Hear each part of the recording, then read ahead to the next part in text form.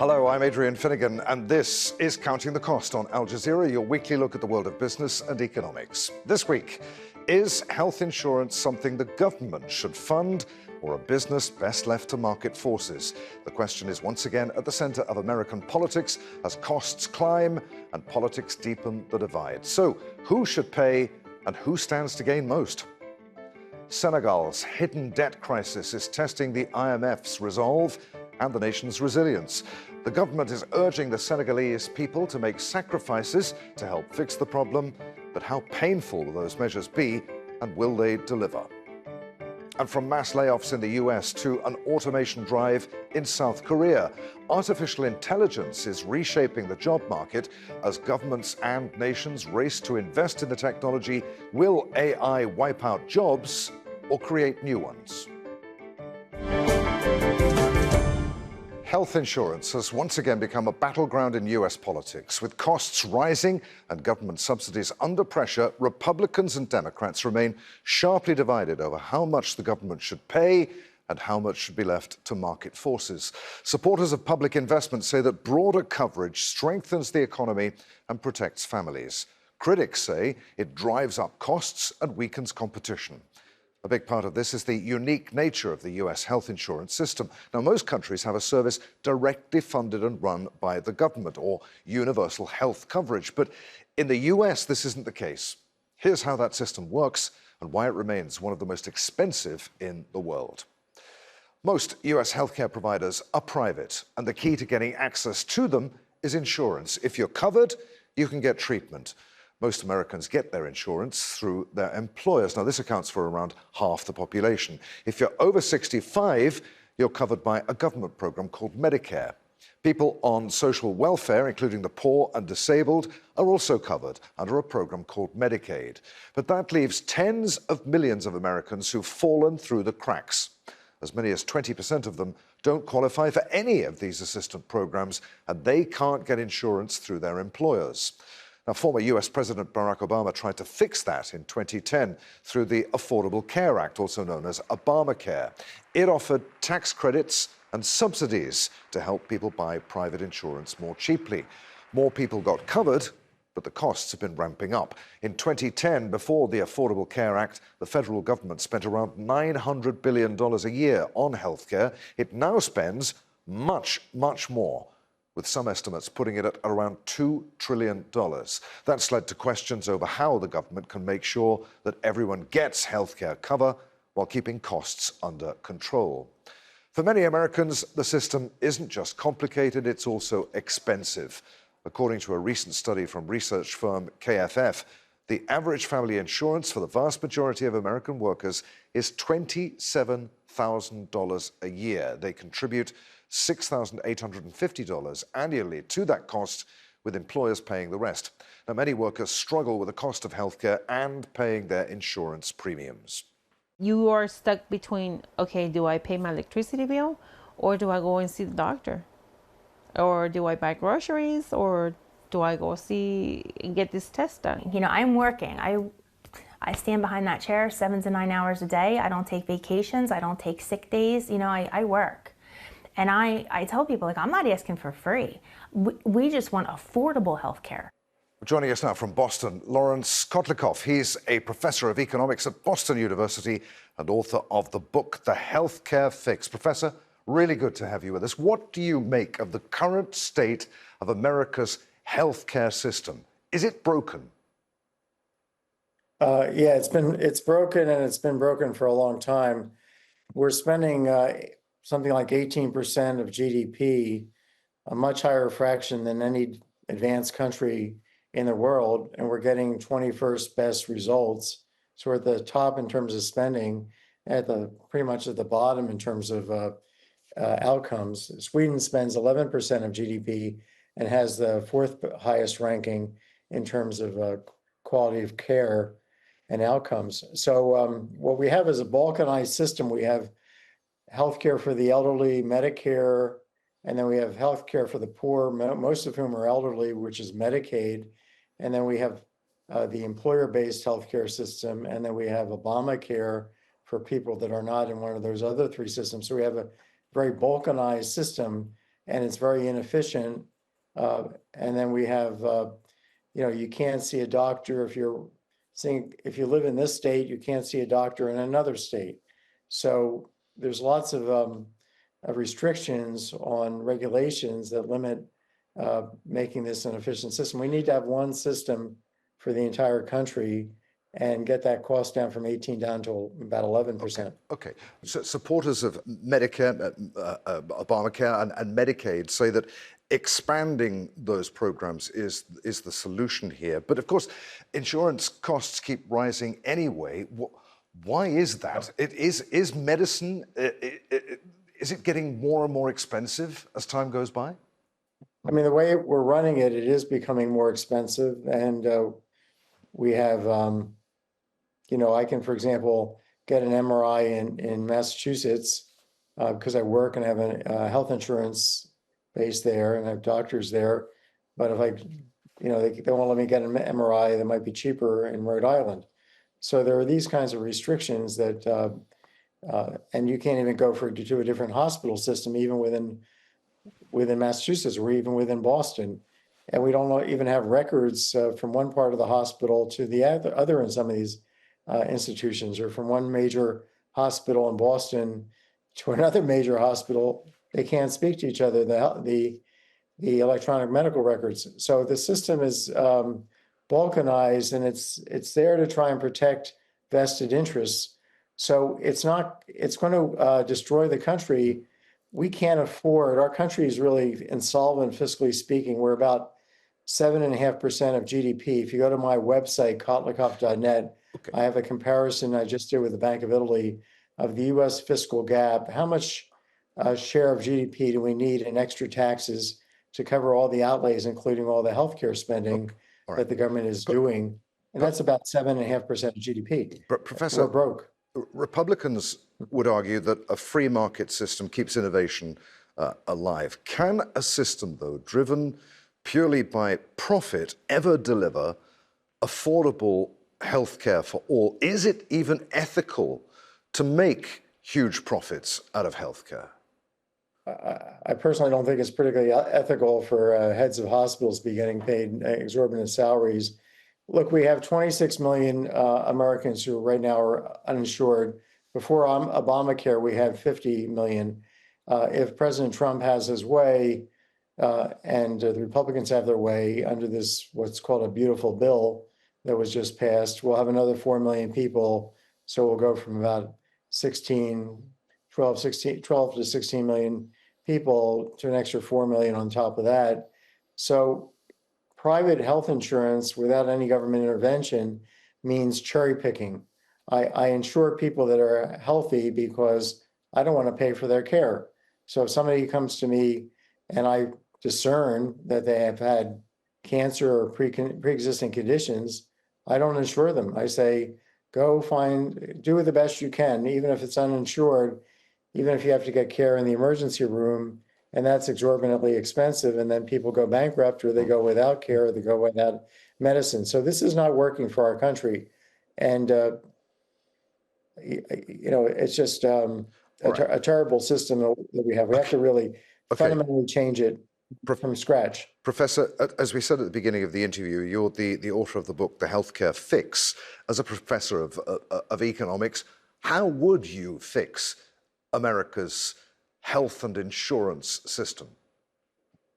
Okay, so I would have the government get rid of everything we have, get rid of Medicare, Medicaid, Obamacare, and employer-based care, and say, look, everybody gets to join a healthcare system, healthcare provider at the beginning of the year.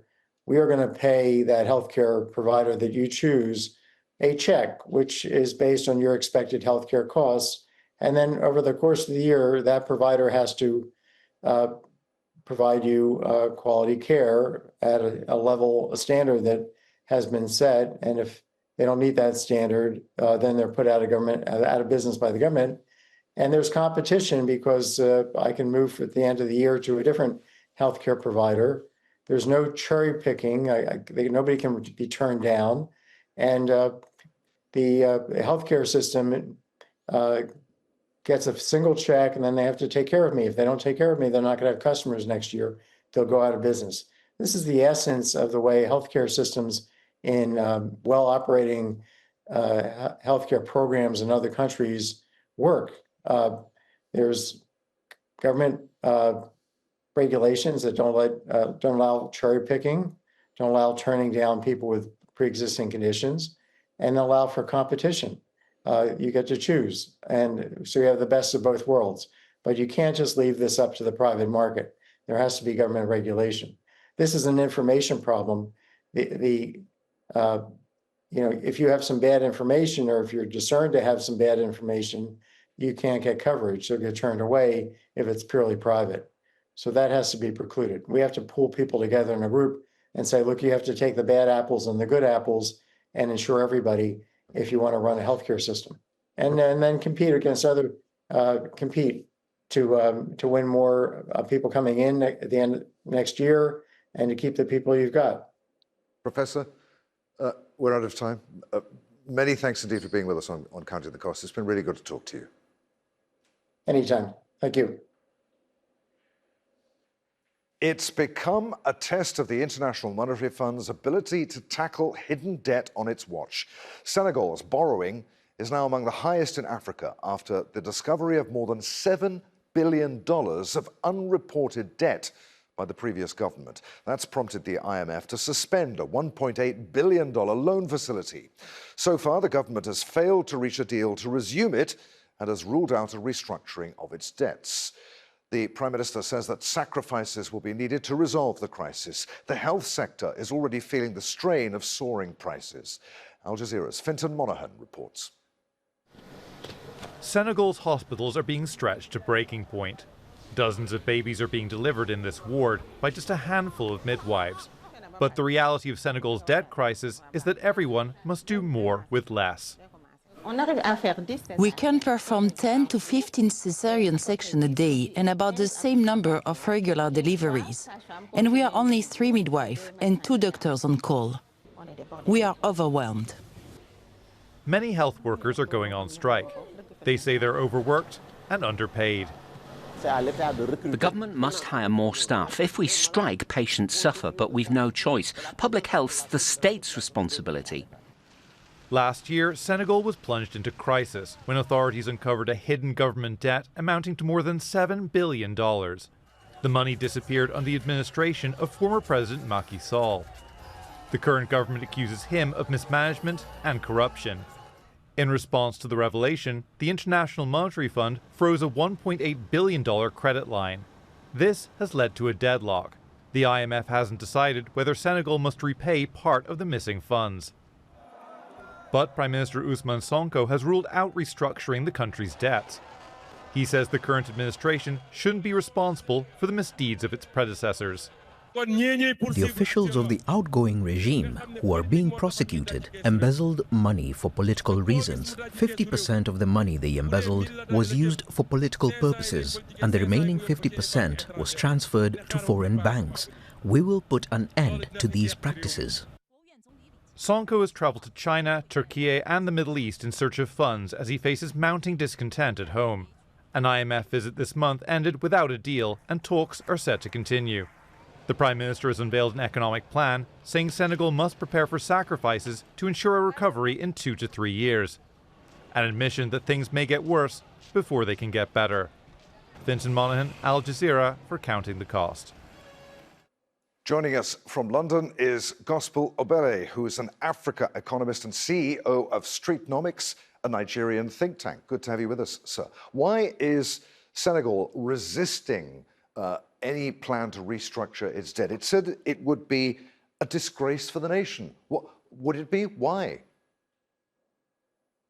Thank you very much, Adrian. Thank you, Al Jazeera, for having me. Yes, the first major reason why is because the concerns around, the default status, how it might impact investors' confidence in the nation, how it might impact access to global credit, how it might impact, potential partnerships globally is one major reason why, the Senegalese government have been a bit adamant or not willing, to partake in any major conversations regarding its restructuring of its debt with the IMF, and also issues around being seen as a defaulter, rather than making the necessary efforts to make its quote unquote moral obligations. And it's the reasons why.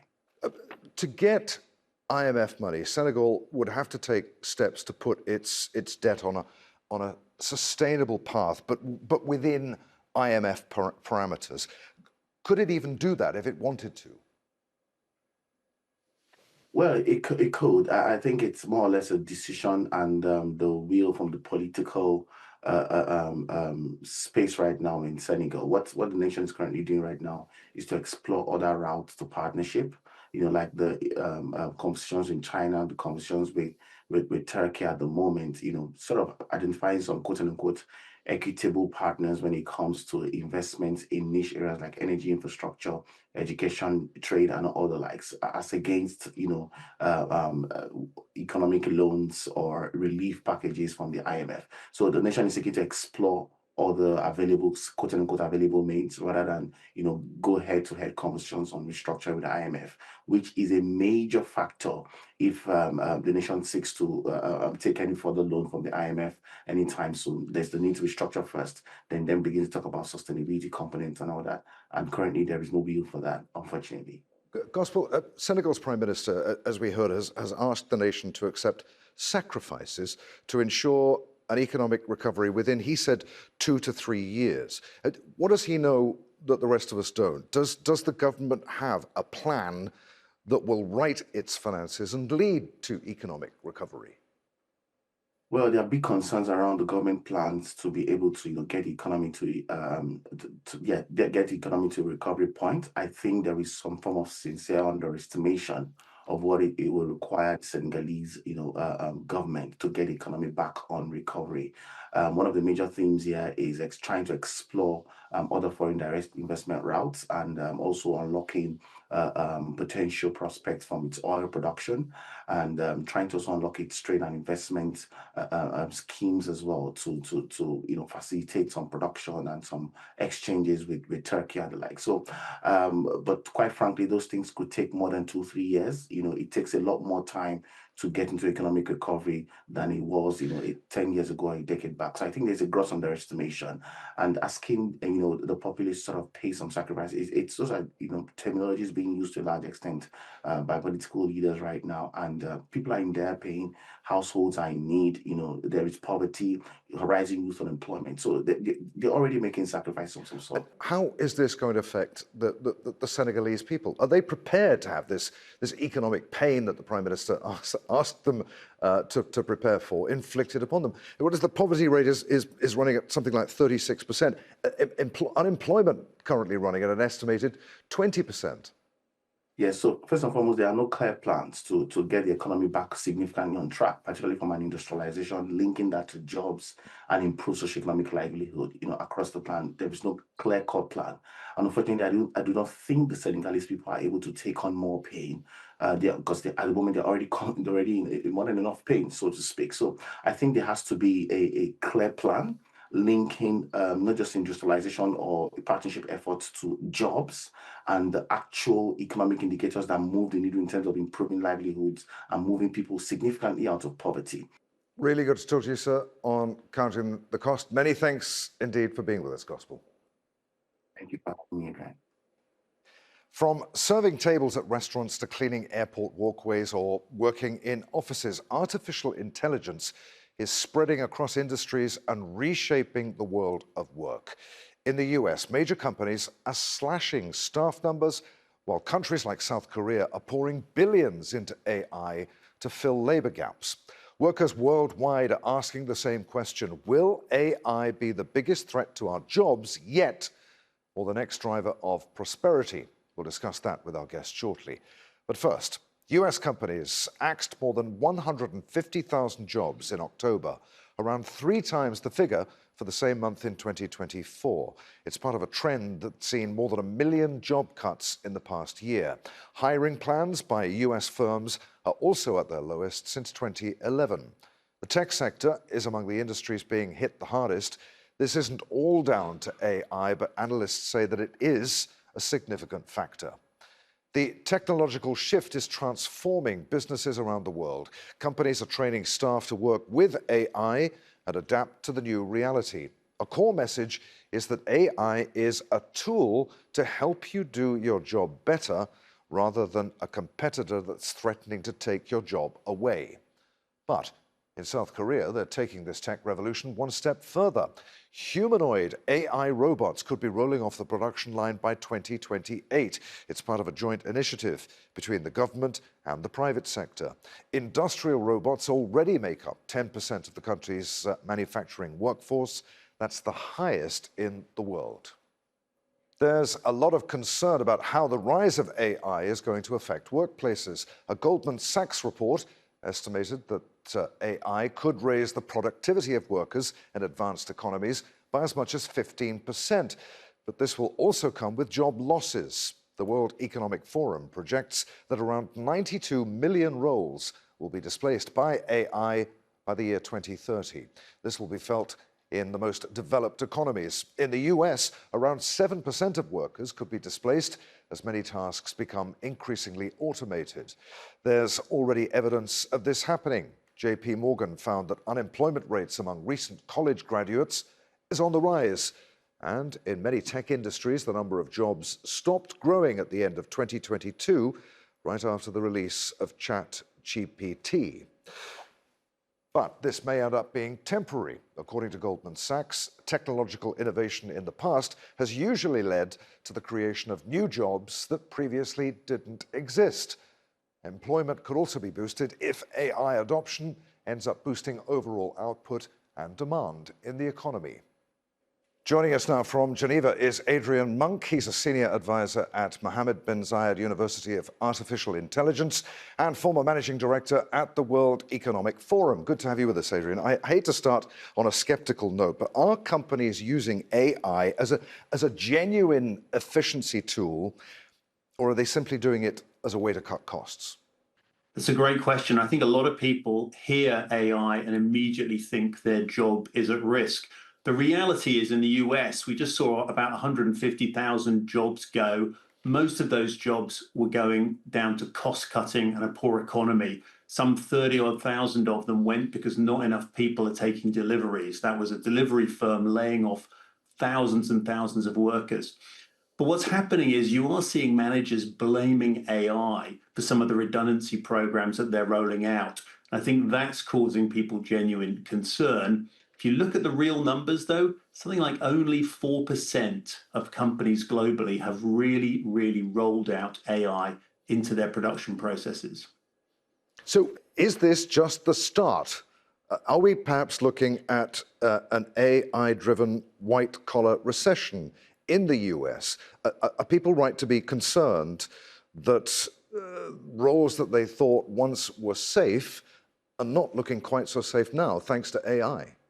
Yeah, I think, what's going to be affected are not people perhaps in jobs where they're going to find themselves using AI to save time, cut corners, do presentations faster.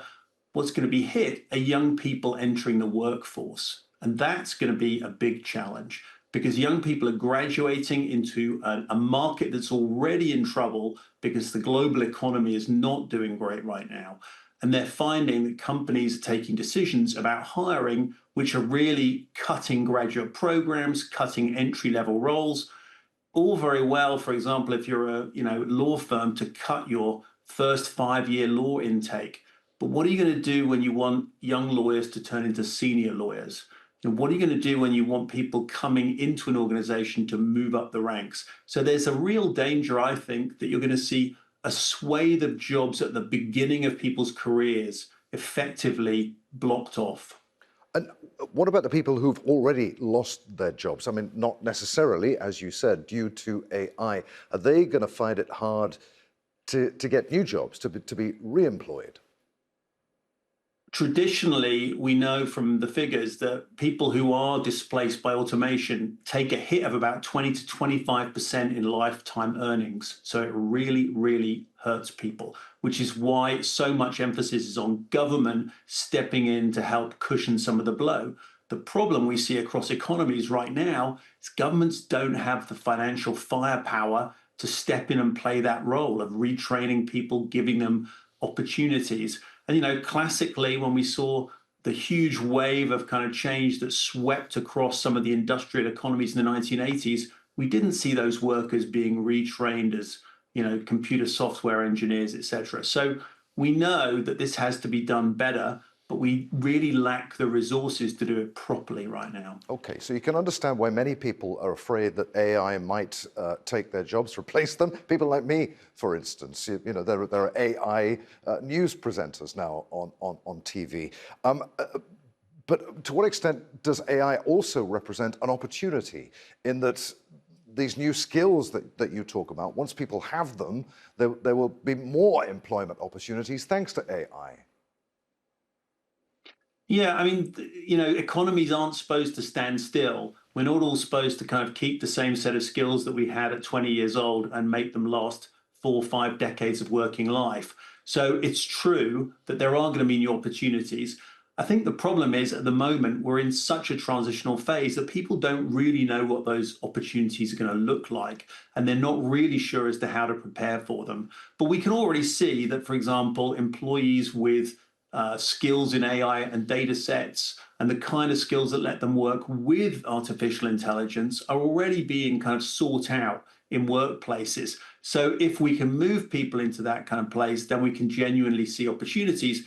And if you look, for example, at the Middle East, you've got a real investment in education, pushing people into engaging with artificial intelligence, learning how to use it, learning how to put it into companies and enterprises. This is really important, and this could be a way that those economies can leap ahead as they transition out of fossil fuels into the kind of new post-digital economy. Adrian, it's been great to talk to you on Counting the Cost. Many thanks indeed for being with us. Thank you. And that's our show for this week. If you'd like to comment on anything that you've seen, I'm at A. Finnegan on X. Please use the hashtag AJCTC, or you can drop us a line. Countingthecost@aljazeera.net is our email address. As always, there's plenty more for you online at aljazeera.com/CTC. That takes you straight to our page. And there you'll find individual reports, links, and entire editions for you to catch up on. But that's it for this edition of Counting the Cost. I'm Adrian Finnegan from the team here in Doha. Thanks for being with us. The news on Al Jazeera is next.